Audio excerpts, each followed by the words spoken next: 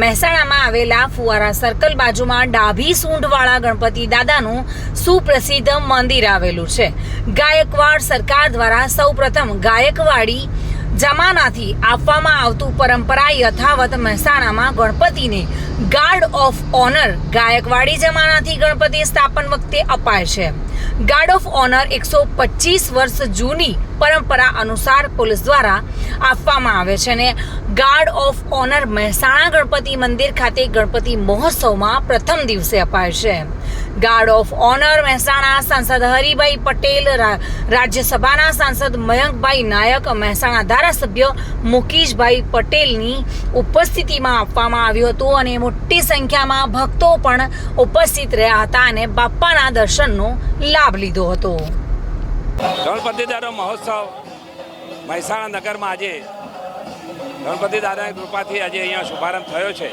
ત્યારે સૌ નગરજનોને અને સમગ્ર લોકસભા વિસ્તાર મહેસાણા જિલ્લો, ગુજરાત અને રાષ્ટ્રને સૌનું કલ્યાણ થાય એવી આજે આપણે પ્રાર્થના કરી છે અને સૌને સુખી રહે અને રાષ્ટ્ર મજબૂત બને અને આપણે જે ધર્મપ્રેમી જનતા આમાં આગળ એમાં લોકોનો ભાવ અને લાગણી જળવાતી રહે અને આવનારી પેઢીને પણ ધર્મપ્રેમીના સંસ્કારો, ધર્મના સંસ્કારો મળતા રહે એવી આજે પ્રાર્થના કરી છે અને રાષ્ટ્ર મજબૂત થાય, રાષ્ટ્રનું કલ્યાણ થાય એ દિશામાં આજે પ્રાર્થના કરી છે. હિન્દુ ધર્મના પવિત્ર તહેવાર એવા ગણપતિ દાદાના ગણેશ ચતુર્થીના આજના કાર્યક્રમમાં વર્ષોથી ગાયકવાડ સરકારથી અહીંયા મહેસાણા ફુવારા ખાતે આવેલ ગણપતિ મંદિરમાં આજે એમનું પૂજન થયું.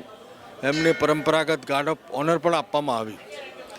વિઘ્નોના હરનારા ગણપતિ દાદાના પૂજનથી આજે હું એમની સાથે પ્રાર્થના કરું છું કે આ વિશ્વની અંદર, આ દેશની અંદર, આ રાજ્યની અંદર, આ નગરની અંદર સુખ, શાંતિ અને સુલેહ થાય અને બધાના ઉપર આવતી દુઃખ એ બધાને હરી લે અને પોતાની જાતને, રાષ્ટ્રને મજબૂત બનાવે એવી ગણપતિ દાદાને પ્રાર્થના કરી છે. આજે ગણેશ ચતુર્થી, ગણપતિ દાદાનો જન્મદિવસ અને નિમિત્તે મહેસાણાની અંદર લગભગ 100 વર્ષ ઉપરાંત ગણેશ ઉત્સવ થાય છે. સયાજીરાવ ગાયકવાડ પોતે પણ અહીં પૂજન કરીને ભગવાનની નગરયાત્રા અહીં કરાવતા હતા.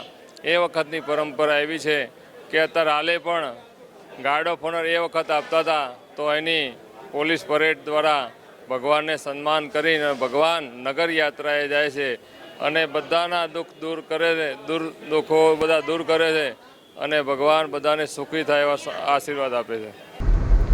ભાવિન ભાવસાર સાથે bureau report, today Gujarati news.